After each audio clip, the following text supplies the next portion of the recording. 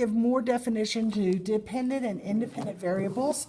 We're on page 15 of our IMB. If you're Miss Gardner's class, Miss Strigley, check with her. She's a couple pages off of me.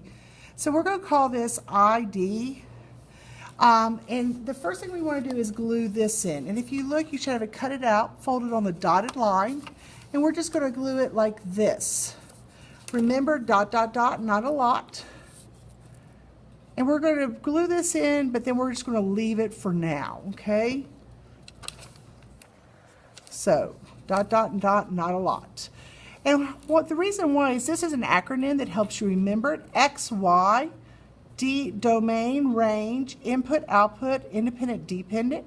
And how I tell my kids to remember it is doctor, DR, I-O, I-O-U, my ID, ID. When you go to the doctor, the first thing they want to see is your ID, whether it's a driver's license or your insurance card. So doctor, I owe you my ID.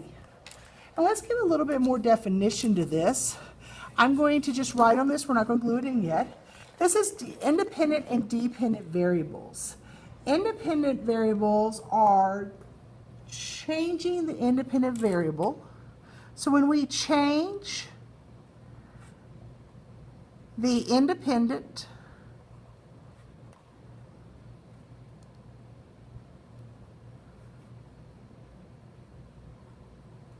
misspelling there, variable, this causes change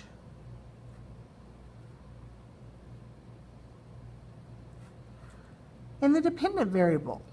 And think about this just like in real life. You are a dependent child. That means that your parents take care of you. If something changes with your mom and dad, it affects you. So that's a good way to think about it. Also think about it when you are independent, when you graduate college and you live on your own, something happens to your mom and dad, it doesn't necessarily affect you as much as if you were living in the house. X is always the independent. Always. No ifs, ands, or buts. That means that the domain is always independent. The input is always independent. The range, which is the Y, is always the dependent value. It's always the dependent value. Okay, so what I want to do is on page, we're going to glue this down on page 15. You can do the four corners because we're not going to write anything underneath it.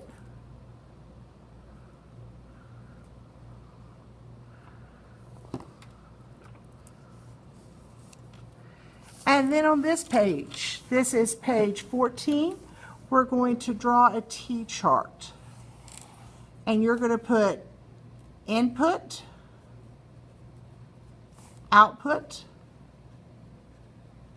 also independent, dependent. You have seen this as X and Y. Okay.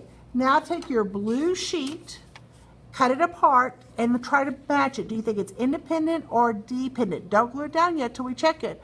All right, I'm going to pause it now.